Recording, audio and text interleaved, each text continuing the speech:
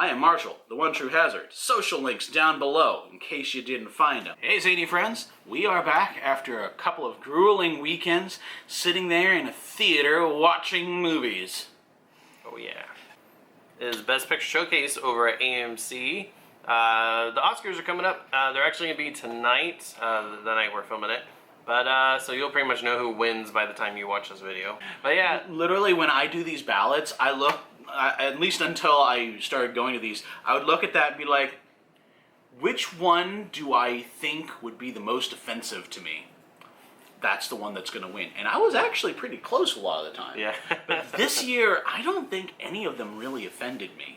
Oh, nice. Well, that's good. Yeah, which was actually kind of cool. Because you watched all of them, so that's I good. watched That's all good. of them. I actually sat through the whole thing. That was actually pretty fun. We're going to give you a synopsis of what we felt about each of the movies. This is a total of 8 movies, so I hope you brought some popcorn, because we're entertaining too. Yay! I hope. So, first movie was Bridge of Spies. With Tom Hanks and Steven Spielberg, they're teaming up again for another period drama kind of movie. Yeah, I thought that this was a really well done movie. As always, when you have Steven Spielberg, especially doing a historical piece, really beautiful shots are going to be coming out of that. There's one near the end where you just have Tom Hanks' character, James Donovan is his name, just kind of standing there in the middle of this bridge with all of these barricades around him and the lights. It's just very kind of a noir shot. Yeah, and yeah. It was very, very gorgeous. What do you feel about the movie? I liked it a lot. It was probably one of my favorites of all the movies, mainly because it just was one that kind of made you feel good in a way. So, and I always like that kind of stuff. And you know, Tom Hanks is always phenomenal in any of his movies. So I'm always, I don't know, he just makes you like fall in love with that character and really root for him no matter what's happening. He has the kind of personality while he's like inhabiting a role that you can connect easily. It may be because he's had a lot of roles in the past that we've connected with him as an actor, that he kind of acts as a nice bridge for that character. I don't know, maybe, or maybe he's just that good of an actor. Yeah, especially considering like this character has to be a lawyer and represent a guy that's a communist spy, and like there's tons of evidence. The actor that played that spy was really good. Yeah, he was great too. He's nominated for Best Supporting Actor. Very good movie. We liked it. This movie. Yeah. I'm sorry, not The Room, just Room. Room. So good. Yeah. Okay, so Room is all about this girl who has been kidnapped at 17 and has spent 7 years inside this shed that has been outfitted with enough stuff to make her able to live, as her kidnapper just comes in and basically rapes her continuously. She has a son with him, and this is the story of how she and her son not only get out, but how they live afterwards, like what life is like for these kinds of survivors. This movie was really hard. Yeah, it was watch. tough. It was, but that at the same time, it was a very beautiful movie, acting and story wise. And when the whole thing is coming from the perspective of the little boy, and so a lot of times when he's sitting there describing his worldview, it's almost existential. As you sit there and realize, wait, this is how he sees his universe.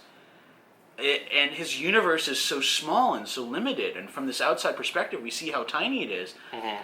And if you were to kind of explain that as us being in the room, the universe is our room, how limited are we? So good. It's really that good kid was amazing. Yeah. So, liked it a lot more than I thought I would. Yeah, actually. Then we come to a movie that you are very excited about. Yes. You've seen it before, but you were really excited to see how we did with it. Mad Max Fury Road. Yeah, this was one of my favorite movies of last year, up until I saw the rest of these movies. But going in, this was my favorite movie. I just loved everything about it. And, I have not seen any of the Mad Max movies, so this is my first time. This was a good movie. We're gonna start off with that. This was a good adrenaline chunky movie. I have 2 issues with it. One is that all of the male characters were doing their dialogue as mad dogs. That was how they did dialogue. I couldn't understand anything they were saying. The other one, he knows what's coming. There was a guitarist. He is strapped to the front of a gigantic vehicle made up of subwoofers and other speakers. It's a double electric guitar that spews flames. Yes. He is not in place of anything. Like, he does not look like he belongs there at all. That's why he's doing that. And we're sitting there going, why do they keep on showing him? He makes no sense. He's just wasting gasoline, or sorry, guzzling, as they are calling it in this universe. He's just wasting it. And you're sitting there going, when is he going to die? When is he going to die? They don't actually show him die. They suggest that he dies, but they don't show it. And I thought he was just cool looking. So it worked for me. Yeah, I guess. Yeah. So it was really fun. Yeah, it's really a fun movie. It's for an action movie. I thought it was, really interesting and cool, considering that it's like a Mad Max movie, but it's not really about Mad Max. It's a Mad Max mythos movie. Yeah, he's in there, but it's more about these women trying to escape and all that other stuff. But at the same time, lots of explosions, all done amazingly well. Mm-hmm. It's definitely enjoyable, and you should probably rent it if you haven't seen it. Moving on, this was the last picture of last week. This is The Big Short. Yeah. If you can't see it, we already have the poster of it right up behind his head. Because we really did enjoy this movie. This was a good movie. The Big Short is all about the housing crash that happened a few years ago. And these guys had figured out that it was going to happen and started betting that it would happen, and they were right. This was a smart movie. How did you feel about it? It was interesting. I went into it not thinking I was going to like this a lot. Yeah. I knew about the whole housing situation. I know how it's affected people, so it's kind of a hard subject because it affected so many. But this wasn't so much about these guys we're scummy guys and we're going to make money off of this situation. Ha ha ha, all these people are going to lose out and we're going to win. It wasn't really about that. It was about them discovering all these things that caused that to happen. Yeah. And all those people were actually the bad guys. And nobody was paying attention. And there was a lot of technical stuff in it too, that the writers and director, Adam McKay, he's one of the writers too, they did such an excellent job of bringing it down to everybody's level so everyone can understand it, but not just in a condescending way, in a very funny way. It was every hilarious. time they did it, they got to this one concept that was very difficult to explain. They'd be like, so in case you don't know what this is, we have this celebrity in a hot tub / whatever situation, and they're going to explain it to you by breaking it down into basic concepts. Why? Not because these concepts are actually complex, but because the bankers use really big words and concepts to confuse you into thinking they know what they're talking about, when really they're all just being douche canoes. Can we say that on YouTube? So that was a really fun day. Personally, I had hoped that they would have switched Mad Max and The Big Short, because immediately after Room, I needed a funny emotional cleanse. But Mad Max was an adrenaline rush, so I was already kind of like, Then I got to The Big Short, and I'm like, I feel better now. It was intense. It was an intense day, as they usually are, because all these movies are so emotionally draining. Oh, yeah. So, yeah. I couldn't walk after Room. I was like... Okay, so then we move on to what we watched yesterday. Started off with Brooklyn. Now, Brooklyn is a gorgeous movie. So, oh my gosh. Yes. The art direction and the costuming was great in this movie. The leading actress, I was watching her face the entire time because dang, she cute. Mm-hmm. Yes, she was great. She was. Oh yes, wonderful actress. Such a great actress. Very believable in her role. What was the other role that she's been in? Her big break was in a movie called Atonement. She was a little girl that kind of screwed up the situation that happened in that movie. If you haven't seen that movie, that's actually really good. Okay. But yeah, she was in that, and then she's kind of done things along the way. She was in The Fifth Wave. Wait, sorry, Rosa. What? Where was she in Fifth Wave? She was the main girl in the Fifth Wave. No, she wasn't. That's Yes, Chloe. she was. No, that's Chloe Grace Moritz. No way. Chloe Grace Moritz cannot act. Okay. So yeah, it was a very good movie. Brooklyn was all about a girl immigrating from Ireland to Brooklyn. Hey. And her trying to fit in and find her way in the world, and still getting the call from home, dealing with homesickness, dealing with what it's like to be completely separate from everything you know. I really wanted... I'd wished that they had turned her entire original village into Ground Zero Ocean after she left, because... her... I don't know, I feel like I kind of understand her whole, like, leaving everything behind to try to start something new somewhere else and totally being on your own. I've been there, I've kind of done that myself. Not as drastic. Yeah. But, so I connected with that with her, and so I kind of felt those feels at times with her and the homesickness part. But then, you know, I just thought it was such a nice, good movie. You know, it is a great feel-good 50s sort of movie. Yeah. But you're kind of rolling along with the emotions that she's feeling. Oh yeah. So you're kept.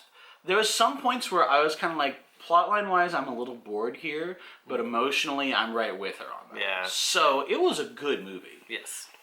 Next, this is our vote, at least my vote, for Best Picture. Oh, yes, Spotlight. Whoa. Okay, so again, a true story. Just like, I thought Room was based off of real events, but the book was not like someone specific. Not someone specific, but it's based off of real events.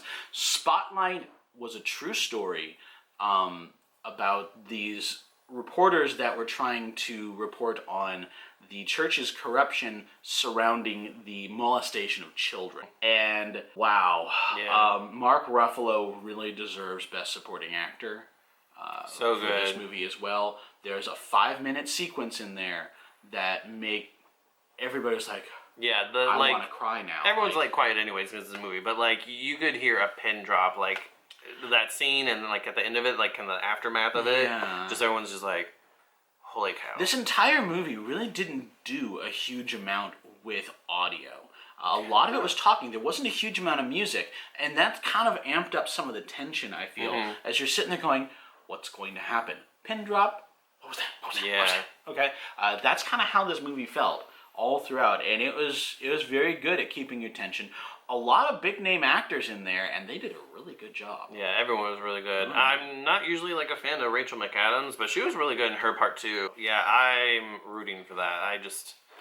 That's one of those ones that just like it leaves you like, holy cow, like. Yeah, and they ended it with a huge list of all of the cities that the Spotlight production team on that newspaper had found, all the cities where they found this corruption was happening. Yeah. All over the world. It took like 5 panels of 3-column lists. Yeah, and again, like at the end, everyone was just silent. It kind of reminded me of American Sniper from last year, like at the end of that movie. Oh, okay, yeah. At the end of that movie, like everyone was just like, whoa. And it was kind of like that for me, and the whole theater again here too. All right, and so the next movie that we have is The Martian. Now, you already kind of know how Chris feels about this movie because we did a makeup and a movie. We'll have a link for you down below. But I was not on that episode. I really did enjoy this movie from beginning to end. It was smart. They didn't miss a science trick, and it was funny. And you needed a funny movie right after Spotlight. Oh yeah. Yes. You kind of also needed it after the next movie, but we'll get to that. It was a really funny movie, and after watching it a second time, the jokes still stand up. Like, you knew what was going to happen in the entire movie because you saw it already, but the jokes were still funny. So it was good. Now, another thing, and I've told you about this, there's another guy on YouTube, Matt Pat, who does the channel Film Theory. And he does a theory, and we'll link you down below just so he can get a shout out. He does a theory where he tries to disprove the science of the Martian, and he actually he has some surprising findings. Cool. Yeah, you learn that there's a lot of science that goes into this, and you should learn. So let's go ahead and move on to the last movie. This one. The Revenant. Dude gets attacked by Indians. Dude gets attacked by a bar. Dude keeps on living. Wants revenge. Wearing the fur of the bar. Yeah, that's pretty hardcore, man. I thought that was actually, that was like my favorite part of the whole thing was just the fact that Leonardo DiCaprio's character gets attacked by a bear. It's not really like a spoiler. That's the whole. It's like right at the beginning of the movie. He didn't know this was coming. But then he ends up like going the rest of the movie with the bear because the guys that were with him like skin and everything. And they were using it as the bedding. Cool. They were using it as the bedding for his little gurney that they were carrying him on. When he manages to wake up and start moving again, he strips his gurney for all of its furs because it's freaking cold up there in Montana. And so this is his story of trying to not only survive this I think it's like a couple 100 miles that he goes. It was a long way. A very long trip to get back to the fort, to track down the guy who not only left him for dead, but did some other stuff, other jerkery that he wants revenge for. This movie is beautifully shot. Okay, you're either going to get really close up or really far away, and the really far away shots are gorgeous. Gorgeous shots. The only problem that I had with this movie was a lot of scenes went on about 5 minutes too long. There's some timing issues with this movie. A lot of the time I feel like the director was trying to give you the feeling of the main character that things are just continuing to go on. It just won't stop. Yeah. But at the same time, did we really need to have a 2.5 hour movie of that? That's how I felt. Yeah, and like I loved parts of the movie. There's a lot of different like parts that happened in it that I thought were really excellently done and definitely deserving of accolades. Alejandro Inarritu, who directed it, who also did Birdman last year. Phenomenal. He knows how to use this camera. He knows how to use camera for psychology stuff. So yeah. And there's one scene that he's in a sweat lodge healing, and he has a hallucination, and it's a very deep hallucination. Actually, I've been invited to come back onto Corey's podcast, Empower the Audience, and you'll find a link down below, and I'm going to discuss my theories on what that hallucination meant. So that kind of wraps up. It was a really fun week, and ×2, and until next time, keep calm. Stay zany. You know it.